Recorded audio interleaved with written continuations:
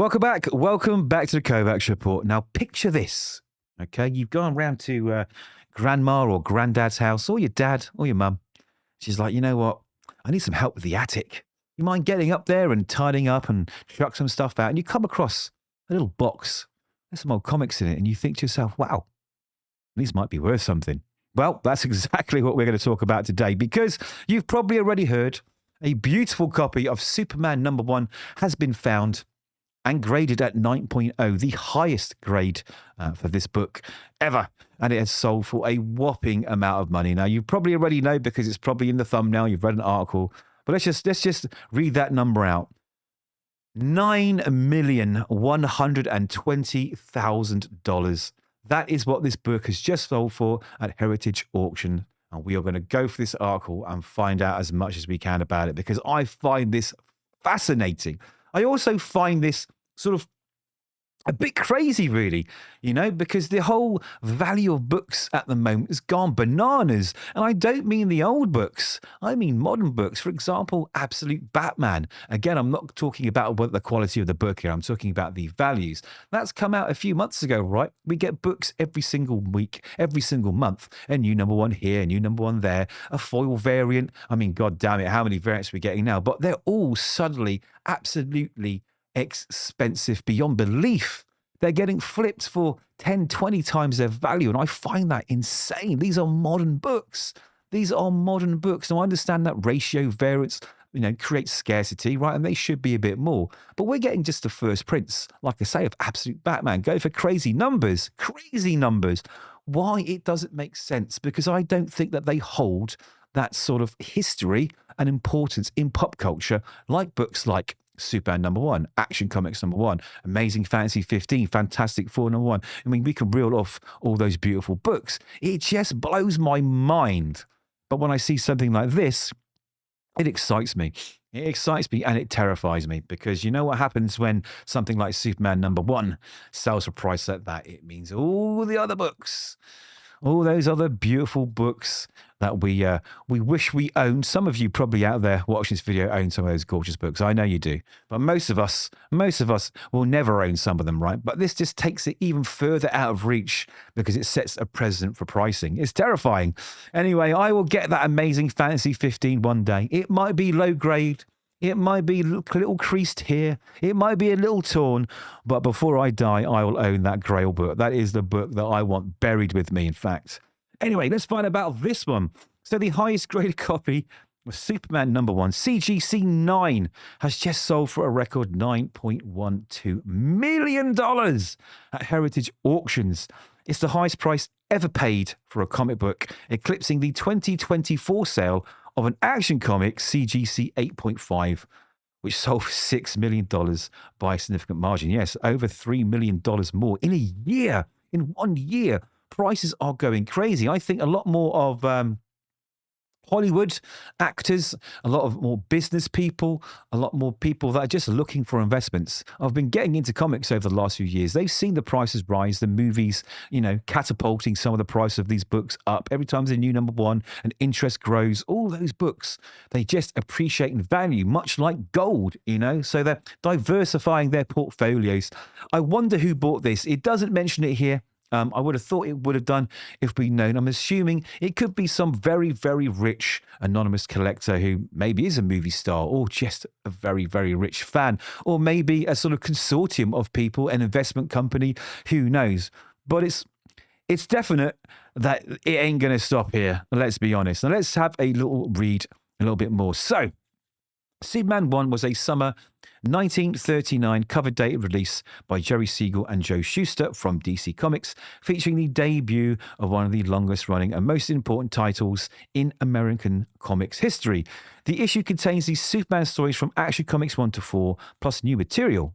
Now, what's really interesting about this is that Superman is not just important. Well, the Superman #1 isn't just important because, it's a #1, it's from 1939, and it's super scarce. I mean, I actually do believe that Superman, the character, is probably although he's not one of my favorite characters, I'm just not a big fan. I think he's probably the most important comic book character ever created because I guess when he came out, he kind of defined the new age of superheroes, what a superhero was. He's the first superhero as far as I'm concerned.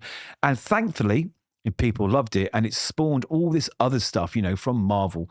And I think without it, it would have been very, very different. So I think the cultural relevance of this book isn't just because it's a Superman #1, it has the first this and the first that, and it's at 9.0. There's only, God knows how few there are in the world.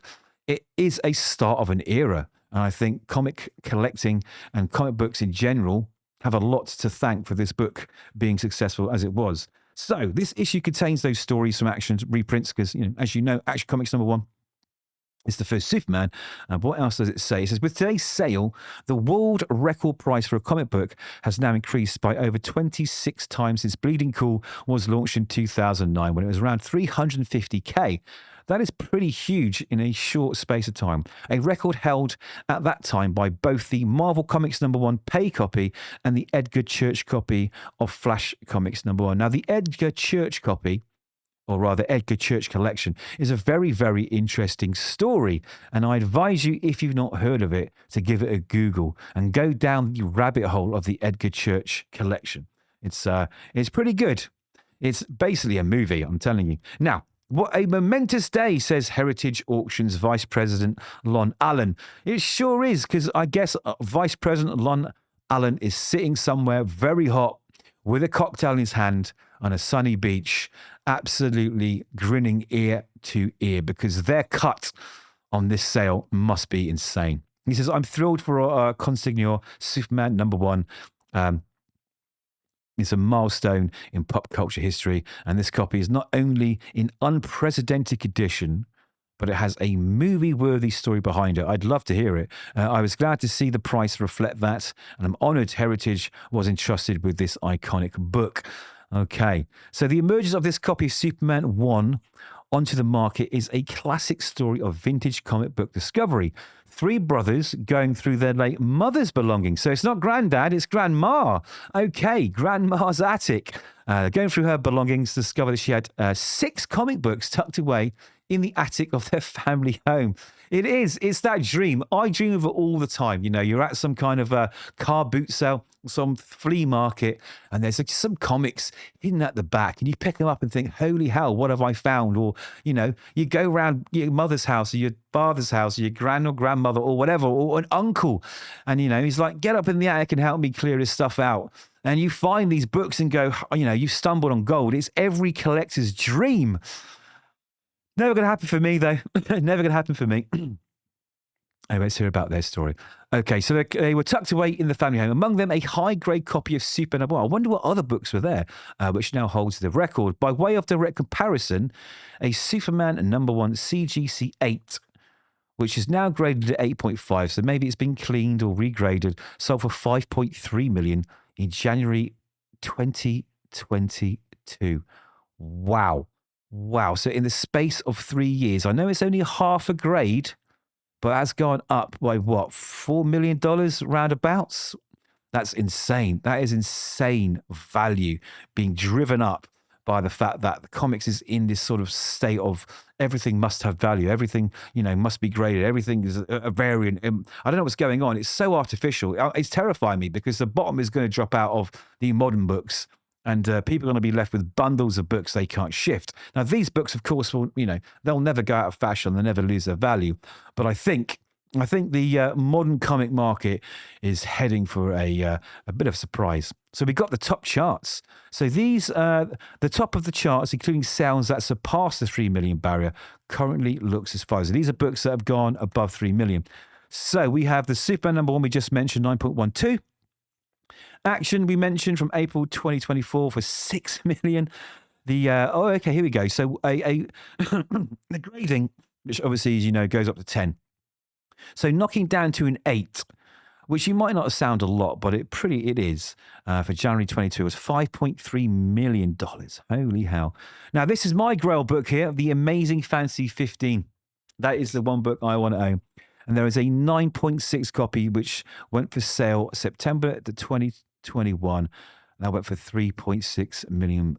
Holy hell. I'm never going to own a high grade copy of this, but it doesn't matter to me. I would love like between a 1 or a 3.5. It doesn't have to be super expensive, a cents copy, as long as it's all, attached. The pages are, they're all there. It's not torn to bits and drawn all over it. I'd be happy with that. Just to own that book and have it in my collection would be like a dream come true.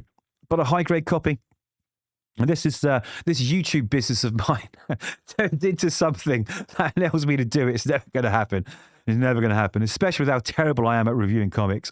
Anyway, Action Comics 1, 8.5, 3.25 million. Wow. A number of years before. So 21. So 2014, 3.2 million. 2022, 3.2 million. Just over, actually. So Action number 1's been pretty steady in its value. But there was a rocket copy, so that has some kind of provenance to it as well. That went for 3.18 million in 2022. And then we have Captain America Comics entering the fray with 9.4, and that was 2022, went for 3.12 million. Holy hell. Holy hell. Imagine finding these books in your attic. Now, a key driver of the market for high-grade copies of Superman 1 is the relative scarcity of high-grade copies compared to the other major keys. Yeah, there's not many about, is there? On the CGC census, there are only 3 entries for Superman 1 above a 7.5 compared to 5 entries for Action number 1 in the same grade range. While Detective Comics 27, the first Batman, has 4 entries on the CGC census in that same range, it has now been over 15 years since a copy in that range has sold at public auction. Wow. Wow, which is nearly the entirety of the $1 million era for comic sales. So they're saying, so once the first $1 million comic book was sold that many years ago, there's not been much movement, has there? So that mark was first achieved on February 22nd, 2010, with the private sale of Action number 1 Kansas City copy for $1 million. Not Todd McFarlane. Oh, what was the guy that used to own Diamond? Was it Diamond? I forget his name. Didn't he buy? He was the baseball guy, wasn't he? Maybe his baseball cards. I'm sure he tried to buy $1 million Action. Anyway, 3 days later, on February 25th, Detective 27 at an 8th grade sold for over $1 million. And the $1 million era of vintage comic sales was off to the races. The previous record had been set in January 2003 by that 350k sale of Marvel Comics number 1 pay copy. So the relative scarcity of copies of Superman 1 in high grades is an intriguing historical mystery. Superman 1 had a total print run of 900,000 copies through 3 printings, while Action 1 had a mere 202,000 copy print run, of which only 130,000 copies sold through at the newsstand, so I guess the rest were destroyed, right? However, it is extremely likely that a large portion of the copies of Superman 1 were distributed in New York over the course of that summer, as DC Comics also produced a comic book for the New York World's Fair that year and was likely able to take advantage of the excitement and tourism surrounding the fair to sell Superman as well. Okay, so I guess that's what boosted the sales of it so much more than the Action Comics. Further, there are few copies of verifiable provenance which have surfaced west of the Mississippi. One theory on that, or on why that situation resulted in fewer high-grade copies, is that print runs that were concentrated in major metro areas are very likely had a far higher rate of destruction.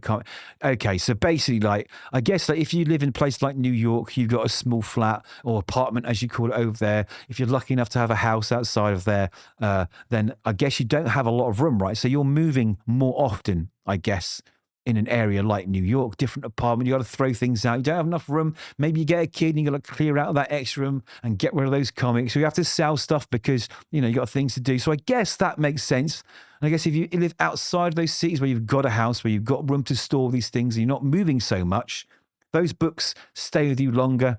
They don't get destroyed, they don't get thrown away, and their condition potentially stays higher because, they are tucked away in a warm house somewhere and not, being pulled out left, right, and center. So that makes sense. That makes sense.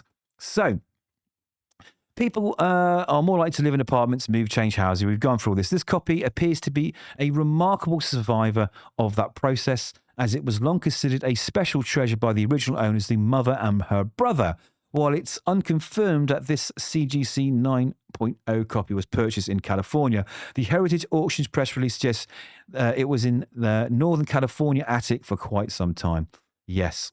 Okay, so this sounds to me like it's just talking about the book itself. We don't need to go through that. Okay, this talks about the putting together of the art and how the cover came to be, some other information.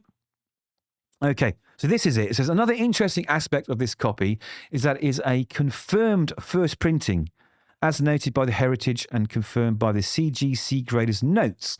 This issue includes a back page ad for Action Comics number 14, and in first print copies, the ad notes the release date as on sale June the 2nd, while second and third prints say now on sale. So if you do find one in your grandparents' attic, that's how you identify it as a first print. Up to now, there's been little or no detectable pricing difference between first and latter print copies, but information about the printing has only relatively recently become widely known. Okay, let's move down. We have a copy of the book. Here we go. Here we go. Yeah, that is a beautiful copy. Look at that. In its plastic prison, which is where it belongs. 9.0, off white to white pages too. So that is a bonus. So it hasn't sort of got any foxing. It's not, the papers aren't sort of browning. That is a very, very, very, very beautiful copy of the book. You got that little mark in the top corner. The staples look nice, don't seem rusty at all. A little bit of rounded corners and everything else. But on the whole, that is a gorgeous copy of Superman number 1. Wow. Wow. 64 pages of action, all in full color. The complete story of the daring exploits of the one and only Superman. And that's it. That is it. Absolutely incredible. Incredible. I'm really pleased that some of these books, resurface. It would be a shame, for the amount of copies of these original pieces of history to vanish into the nether. So I always love a story like this, and I'm really pleased for whoever found it. They are probably just like Mr. Lon Allen from Heritage Auctions, having an absolutely fantastic weekend right now. Their lives are changed forever if they are an individual. But again, I want to know who bought it too. I want to know who's sitting there grinning ear to ear with a glass of probably very expensive whiskey in front of his fireplace in his beautiful house, just looking at this book and thinking, I finally own the greatest, most beautiful copy of this book in existence. Wow. Anyway, let me know your thoughts in the comments. Like the video if you can, and please do subscribe, and we'll see you very soon.